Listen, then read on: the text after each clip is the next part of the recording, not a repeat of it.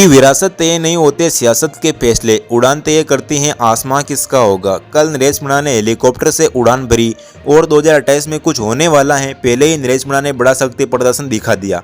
Naresh Meena helicopter से सवार होकर कहां पहुंच पाते हैं? बूंदी जिले के हिंडोली विधानसभा के अंदर भगवान देवनारायण के मेले के अंदर ये बड़ा शक्ति प्रदर्शन नरेश मीणा का था। और ये वही हिंडोली है जहां से अशोक चांदना हमेशा विधानसभा के चुनाव में ताल ठोकते हैं। और ये वही अशोक चांदना हैं जिन्होंने अंता के विधानसभा के उपचुनाव के अंदर नरेश मीणा को चुनाव हराने के लिए पूरा जोर कोशिश की थी। अब नरेश मीणा के नाम तो नहीं लिया, लेकिन इस सारे इशारे में ये तक कह दिया कि कुछ जयचंद अंता के अंदर मुझे हराने के लिए पूरा जोर कोशिश कर रहे थे। शायद ये इशारा अशोक चांदना के ऊपर था। और ये वही अशोक चांदना हैं जब पायलट साहब मानेसर गए थे, उस वक्त गहलोत के साथ मिलकर उसके बाद गुजरों ने अशोक चांदना का विरोध किया था। और ये वही अशोक चांदना हैं जिनको लेकर नरेश मीणा कहते हैं कि कांग्रेस में होने के बावजूद भी जब प्रहलाद गुंजल ओम बिरला के सामने लोकसभा का चुनाव लड़ रहे थे 2004 के अंदर, तो अशोक चांदना ने प्रहलाद गुंजल को चुनाव हराने के लिए पूरा जोर कोशिश की थी।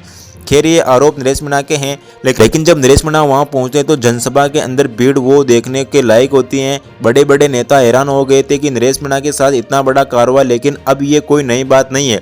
2 वर्ष के अंदर नरेश मीणा ने 3 विधानसभा के चुनाव के अंदर ताल ठोकी और तीनों बार बता दिया कि नरेश मीणा किसी से कमजोर नहीं है। हालांकि वो बात अलग है कि त्रिकोणीय मुकाबले के बीच नरेश मीणा को 3 बार सीट गंवानी पड़ी। लेकिन भगवान देवनारायण के मेले के अंदर नरेश मीणा पहुंचे तो उन्होंने कई बार मंच के माध्यम से अपने जो राजनीतिक विपक्षी नेता हैं उनके लेकर और एक तरीके से बड़ा ऐलान 2028 के चुनाव को लेकर भी नरेश मीणा ने कर दिया। नरेश मीणा ने कहा कि अभी 3 वर्ष चुनाव को बच रहे हैं, विधानसभा चुनाव को, लेकिन उससे पहले ही कुछ लोग हैं जो अभी से मुझे चुनाव हराने के षड्यंत्र रच रहे हैं। शायद ये इशारा नरेश मीणा का अशोक चांदना की तरफ हो सकता है। अब देखिए 2028 के अंदर हिंडोली से नरेश मीणा की ताल ठोकने वाले हैं। इस बात का ऐलान नरेश मीणा ने पहले से ही कर दिया और शायद इसीलिए हिंडोली के अंदर हेलीकॉप्टर से पहुंचकर नरेश मीणा ने अपना शक्ति प्रदर्शन दिखाया। और साथ में ये भी कहा कि किसान नेता हूं, किसानों के साथ कभी अन्याय नहीं होने दूंगा। चलिए नरेश मीणा ने मंच के माध्यम से क्या कुछ कहा और नरेश मीणा जब वहां पर पहुंचे तो कितनी संख्या में जनसैलाब और वहां पर उमड़ा। सुनिए आप नरेश मीणा को क्या कुछ कहा। कुछ हमारे घरों में जयचंद पैदा हो जाते हैं, एक ऐसा जयचंद यहाँ भी पैदा हो गया जिस जयचंद को 3 बार, जिस जयचंद को हिंडोली में 3 बार नरेश मीणा के अपनों ने वोट दिया, 3 बार एहसान किया, एहसान करके विधानसभा में भेजा।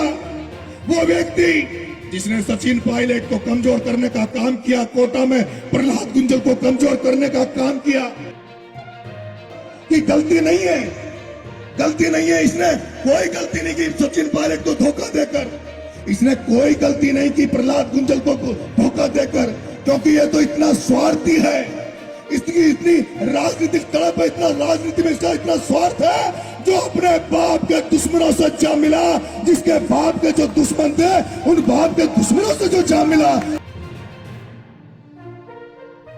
तो सचिन पायलट, प्रहलाद गुंजल और समाज क्या होगा इसके आगे।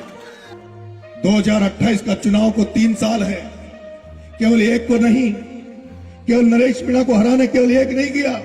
जिस तरह से अभिमन्यु